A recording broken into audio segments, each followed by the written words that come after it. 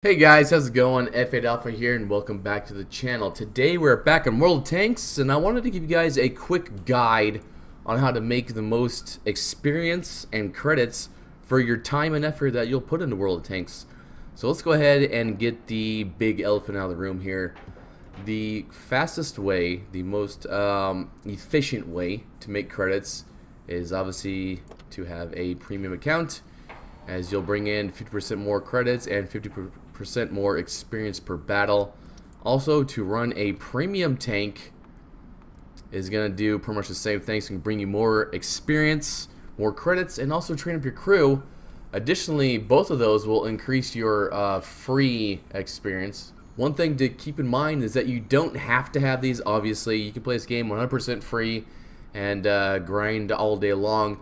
But also keep in mind that with these personal reserves and the system they put into place here, these can tremendously impact your battles, your experience earning, and also your silver earning.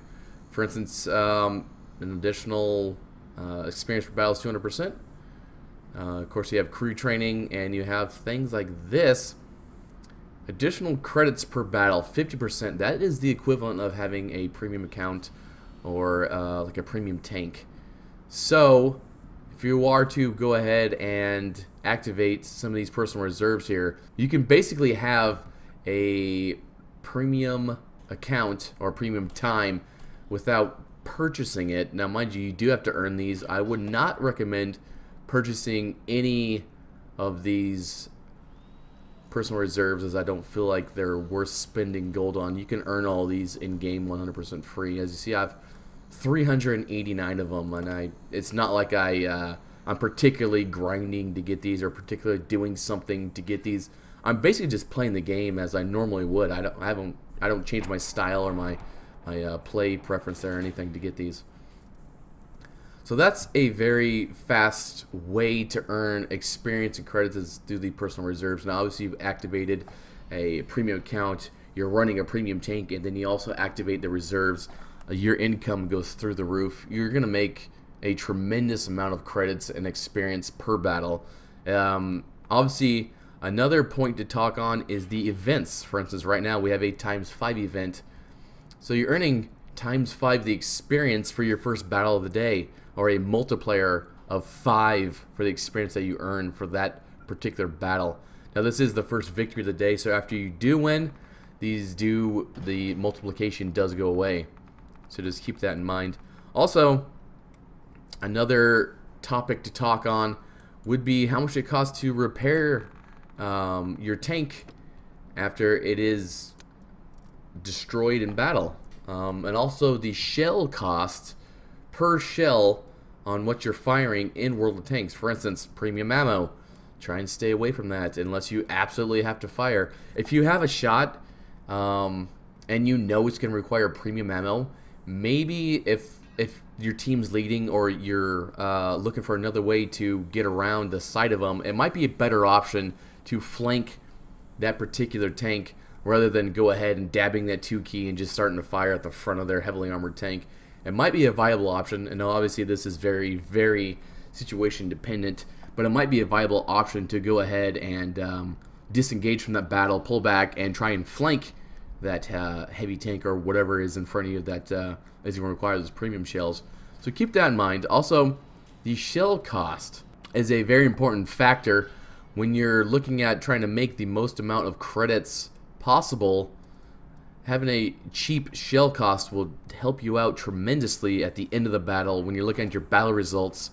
The less that the shells cost, obviously, the more effective you will be at grinding out those credits or silver there. Also, your equipment. Just my personal opinion is that I would run only a premium fire extinguisher. Obviously, they're expensive. And I would also pick them up when they're having massive discounts or they're having events where you can pick up equipment for very cheap. So if we go to the store here, you can see, go down to consumables, they are all 50% off, which means you can basically pick anything up you need in here, and it's discounted 50%, so you're saving 50% of the credits that you would use. And with the recent implementation of the new consumable system, where basically you can use multiple consumables in one battle. So if you have your tracks blown off early in the battle, you can wait 90 seconds and then repair your turret that just got disabled. But mind you, that is costing you 2 repair kits. So that's one point to keep in mind there. Which gets back to the point of basically pick these up when they are heavily discounted. Pick up tons of them. Pick up like, 300 or 400. So that way they last you until these are discounted again. Because these are not discounted very often. Maybe, I don't know, 4, 5, 6 times a year. So pick them up while you can. That is another way to increase your credit income here. Your XP, your silver income. As far as tiers go, tier 5 through 8 are going to be the most profitable for you. I would stay away from tier 9 and 10 as the ammunition gets expensive, the tank repair cost, so the damage that's done to your tank at the end of a battle becomes more expensive. And also everybody, well, I won't say everybody, but a good majority of players are firing premium ammunition. So your vehicle usually takes quite a bit of damage regardless of how much armor you have. You seem to take a exceptional amount of damage. And as you can see here, the shell cost. Now, don't get me wrong, this is 170 millimeter on this German tank destroyer here. Now, the shells are like 2,200 per shot, unless you're firing premium, which you shouldn't be, but you'll see people doing it. And obviously, they're like 7,200 per shot.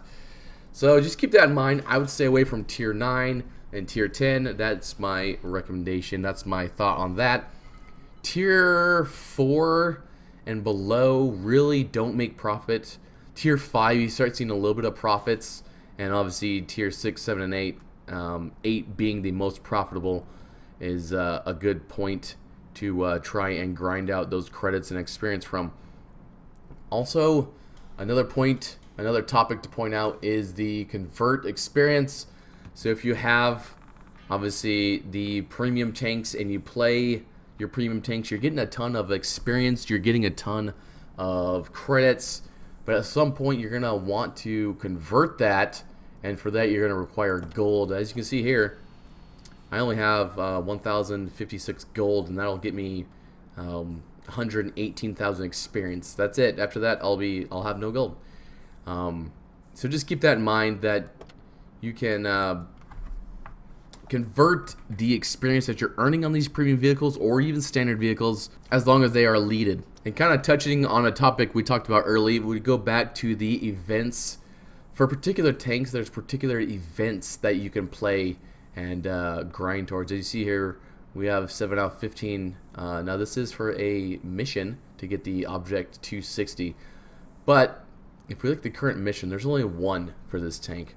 Or if you were to say go to the Americans, because it is the 4th of July weekend, there should be more.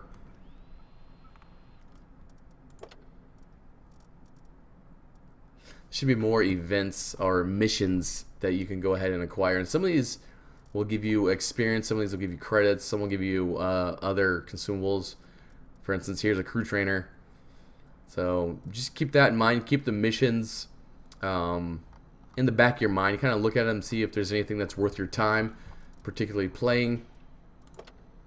And for the last way to make credits and experience faster than average would be to go ahead and click on your personal missions here. And now all these personal missions are for you to complete, and they give you a vehicle and crew at the end of them. Not to mention a tremendous amount of credits and experience depending on which mission you're completing here. As you see, the price keeps on going up, or the credit income keeps going up.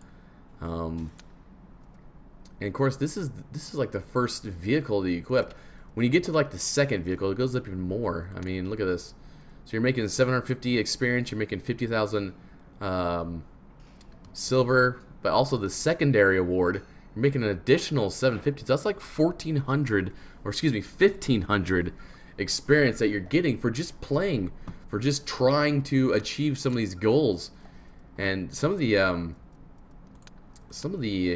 credit incomes on these are like really phenomenal. You can see also you get equipment, which is helpful. You don't have to buy that or anything. But some of these, for instance, if you go back to like the T55A, if you get to this level, look at the credit income here. 200,000 plus 100,000. That's 300,000 per battle on top of what you're already making in that battle. So that will massively increase your silver income. That'll massively increase your experience income. Look at this, 2,000 experience and a day of premium for just completing this mission. So just keep that in mind that the personal missions are a very, very viable option, and I'd highly recommend going to them and trying to accomplish some of them, as it'll help you out in every way possible to get you consumables, to get you experience, and to get you silver income. But with that said, guys, that would be my quick guide on how to make the most credits, experience, and overall make you most efficient in each battle as far as grinding and getting those credits. So with that said, guys, I am F8 Alpha, and I will catch you guys next time.